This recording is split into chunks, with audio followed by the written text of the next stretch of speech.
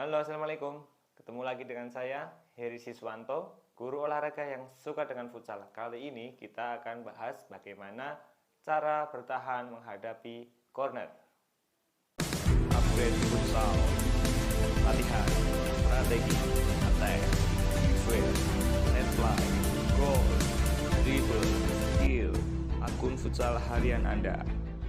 Langsung saja ke materi, bahwasanya bertahan dalam futsal terdiri dari dua macam, yaitu zona marking atau menjaga kedalaman, menjaga zona atau menjaga area. Kemudian ada man to man marking atau menjaga lawan satu persatu. Kali ini kita akan bahas tentang bagaimana cara bertahan ketika kita mendapat corner kick dengan menggunakan metode zone defense atau defense area. Pada dasarnya, ketika kita menyebut zona defense, yang itu berarti kuncinya adalah bagaimana kita harus menutup jalur passing lawan. Sekali lagi, zone defense itu kaitan erat atau poin utamanya adalah kita menutup jalur passing dari lawan kita.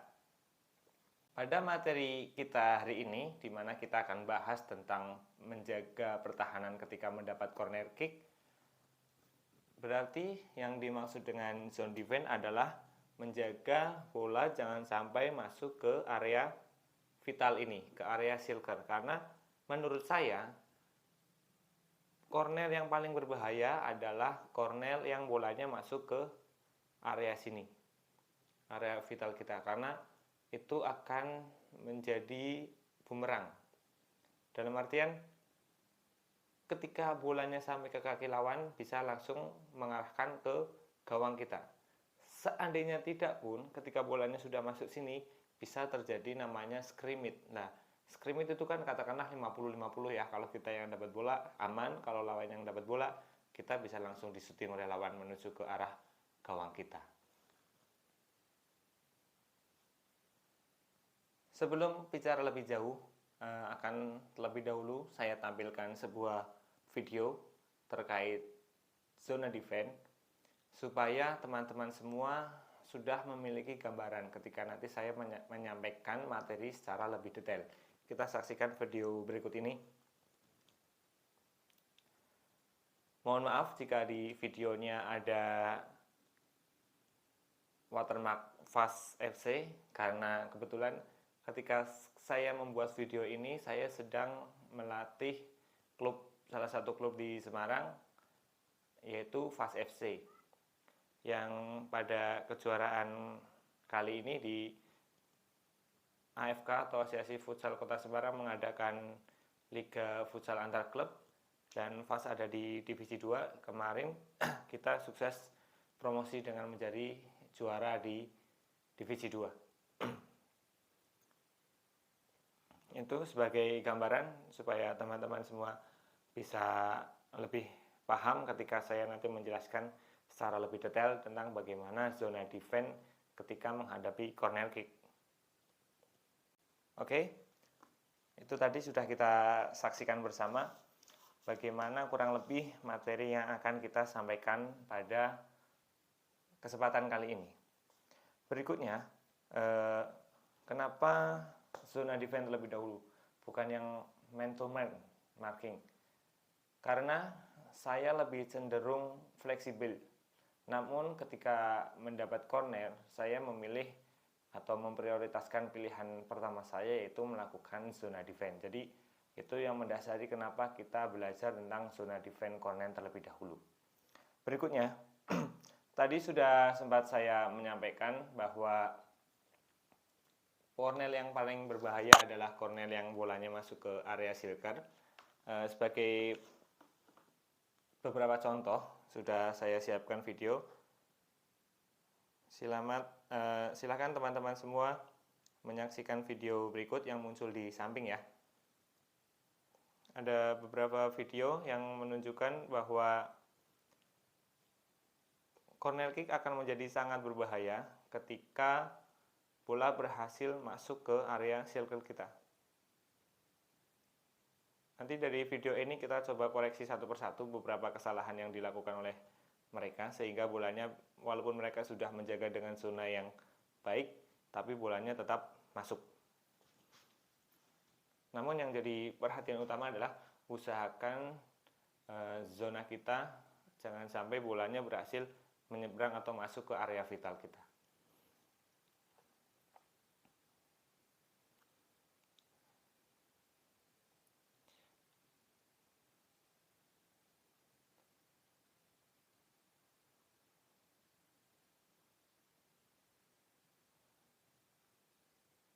Oke, itu beberapa cuplikan tentang bola free kick atau corner kick yang bisa langsung masuk akan menjadi sangat berbahaya. Nanti kita bahas satu persatu video ini. Tetapi sebelumnya akan coba saya jelaskan bagaimana saya membuat kategori tentang zona defense. Berikut bisa kita saksikan bersama di layar, ada keterangan tentang bentuk-bentuk dari zona defense. Ada 3 zona bentuk di layar, bisa disaksikan semua. Ya. Sekarang kita coba saya jelaskan terlebih dahulu menggunakan tactical board supaya lebih jelas, lebih detail. Yang pertama adalah kita bagaimana corner itu, defense corner itu disusun. Kita yang di sini kita sebut sebagai pemain 1, pemain 2, pemain 3 dan pemain 4. Oke. Goalkeeper, ada pemain pertama, defender pertama, defender kedua, defender ketiga dan defender keempat. Seperti yang sudah ada di gambar, saya membaginya menjadi 3 bentuk. Yang pertama adalah bentuk seperti ini, di mana defender keempat maju ke depan untuk menutup zona bagian sini.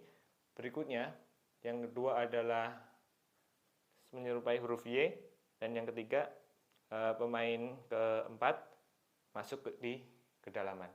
Sekali lagi saya ulangi, ada 3 bentuk di zona defense yang saya kategorikan supaya lebih mudah untuk dipelajari, juga lebih mudah pemain-pemain kita paham tentang bagaimana kita harus menempatkan diri.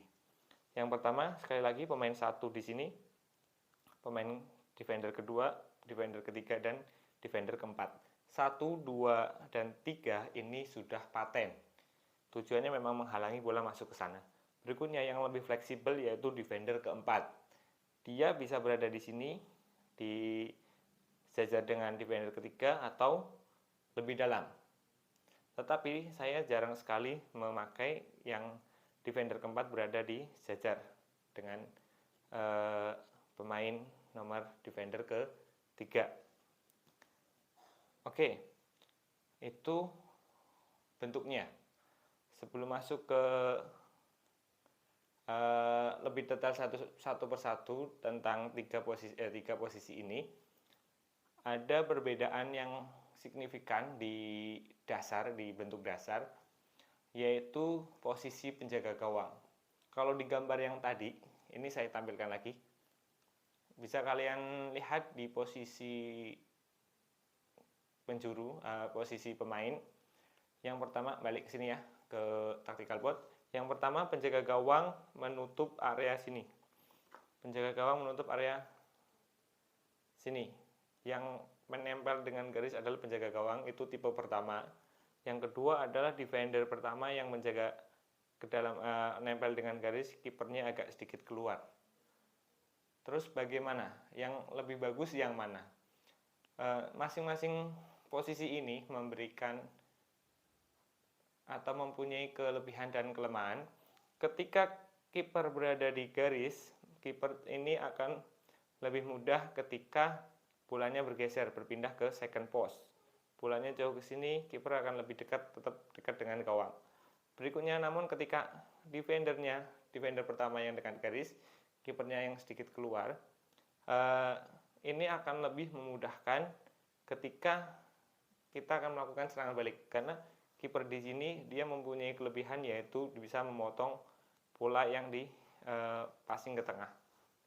Itu perbedaan dasar di posisi penjaga gawang dan defender ke satu ya. Berikutnya, bagaimana pembagian tugasnya? Sebelum ke sana, ada beberapa poin penting yang mau saya sampaikan terkait dengan defense di corner zona ini. Yang pertama adalah jangan tinggalkan jalur passing atau jangan berpindah tempat sebelum bola lepas dari pemain pertama attacker, penyerang. Ya, ketika di sini apapun yang dilakukan oleh pemain yang ada di sini, kalian atau kita yang defense tidak perlu harus mengikuti pergerakan mereka. Tetap stay di tempat dengan posisi hadap yang benar sambil menunggu bolanya di umpan. Berikutnya yang kedua adalah konsentrasi tinggi atau fokus dan komunikasi, karena jaraknya berdekatan, bolanya biasanya di sini bisa sangat kencang, jadi harus fokus konsentrasi, jangan sampai kita melihat ke lapangan atau melihat ke penonton atau melihat ke pelatih yang akhirnya itu kita lakukan di waktu yang tidak tepat. Jadinya ketika kita sedang tidak fokus, bola dari lawan langsung di passing, akhirnya pertahanan kita dapat ditembus. Itu dua poin penting ketika kita melaksanakan zona defense. Oke, lanjut berikutnya tentang positioning dan pembagian tugas atau tanggung jawab. Kita bahas kiper berada di sini lebih terbuka dan garis ada di dekat lurus garis ada defender pertama. Pembagian tugasnya bagaimana? Ya. Yang pertama adalah saya membaginya menjadi dua. Yang pertama, bola dipassing ke dalam circle, dan yang kedua, bola dipassing keluar circle.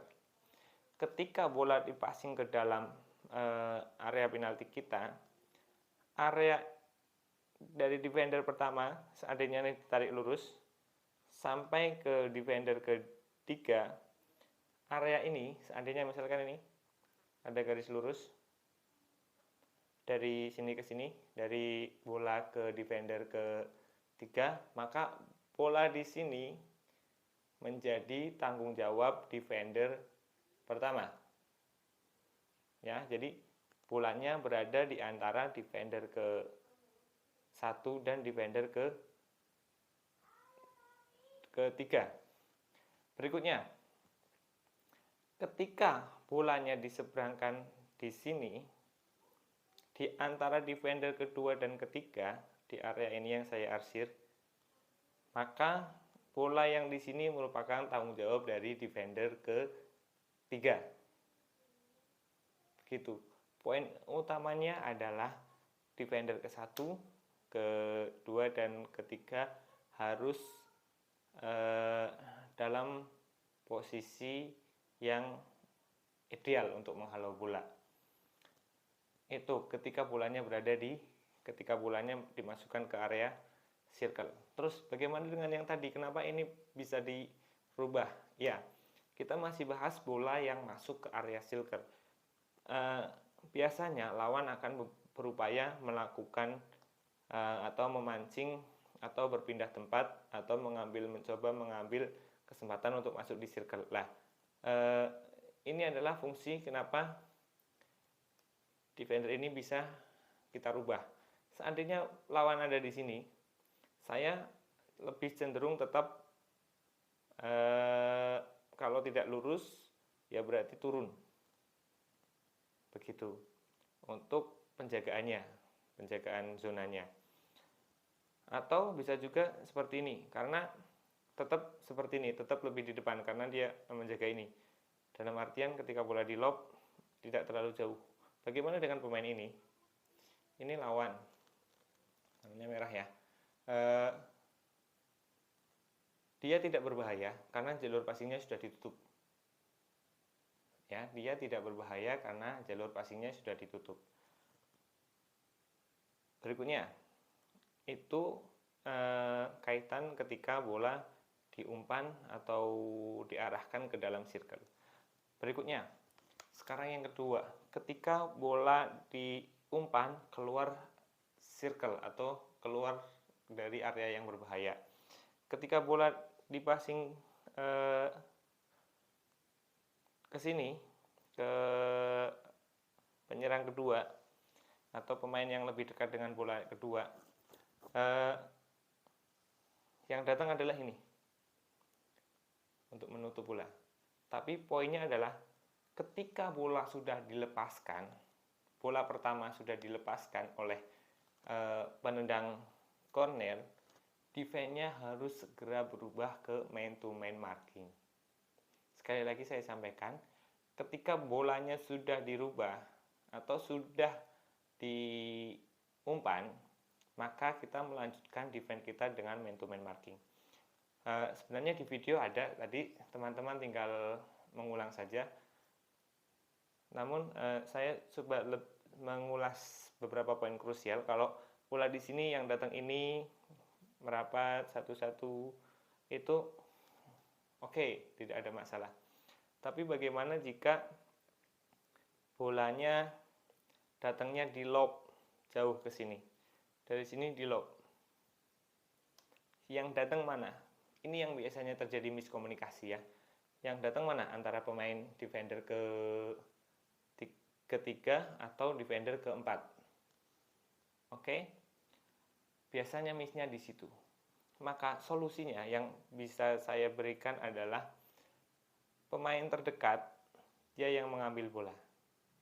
Pemain berikutnya dia menjaga pemain lawan yang berada di tiang kedua. Seandainya masih cenderungnya di sini, maka yang datang adalah defender ketiga. Ini tetap di sini untuk menjaga pemain lawan yang berada di tiang kedua. Atau seandainya pemain ini cenderungnya jauh, maka yang mengambil adalah dia, kemudian dia berada di tiang atau menjaga pemain lawan. Berikutnya lagi, ada tips satu lagi dari saya, yaitu ketika bola sudah dilepaskan, pemain yang corner jangan pernah dilupakan. Pemain penendang corner jangan pernah dilupakan, karena biasanya kita cenderung lupa ketika pemain pertama pemegang bola, entah itu free kick, entah itu corner kick ataupun kick in, biasanya pemain yang melakukan tendangan itu dia akan terlupakan. Berikutnya satu tips lagi, seandainya bolanya jauh, ini tiga-tiganya turun, ini jauh, maka pilihan pemain ini, pilihan yang awalnya berada di garis adalah menjaga dia atau ke tiang 2 atau ke tiang 2. Begitu ya. Sekali lagi, penjaga yang pemain penjaga eksekutor free kick, dia seandainya bolanya diseberangkan jauh, entah ke sini atau ke sini atau ke sini, maka pilihan dia adalah ketika lawan mempunyai kans untuk melakukan shooting, maka dia harus merapat ke gawang. Tetapi kalau ketika lawan dapat bolanya tidak seimbang, dalam artian tidak seimbang, tidak ideal untuk melakukan shooting, dia bisa menjaga pemain yang melakukan corner kick, karena pada dasarnya ketika bola sudah lepas dari corner kick, maka kita harus menjaga dengan man to man marking karena masih berada di area yang berbahaya. Itu mengenai bagaimana cara melakukan defense corner zona marking. Berikutnya, di kesempatan yang akan datang, saya akan menjelaskan bagaimana cara melakukan zona defense corner dengan teknik penjagaan man to man marking. Berikut dari saya, silakan jika teman-teman ada pertanyaan tentang futsal bisa tuliskan di kolom komentar atau bisa segera buka WhatsApp, kemudian simpan nomor saya di WhatsApp. Nomor saya kita tampilkan di deskripsi. Berikut dari saya tentang bagaimana cara kita melakukan defense ketika mendapat corner. Ketemu lagi di video kita berikutnya, atau jika teman-teman berkehendak untuk nonton video tentang set play, bisa saksikan video saya yang ini. Demikian dari saya, Heri Siswanto, Futsal Upgrade. Assalamualaikum. Jangan lupa subscribe ya, subscribe.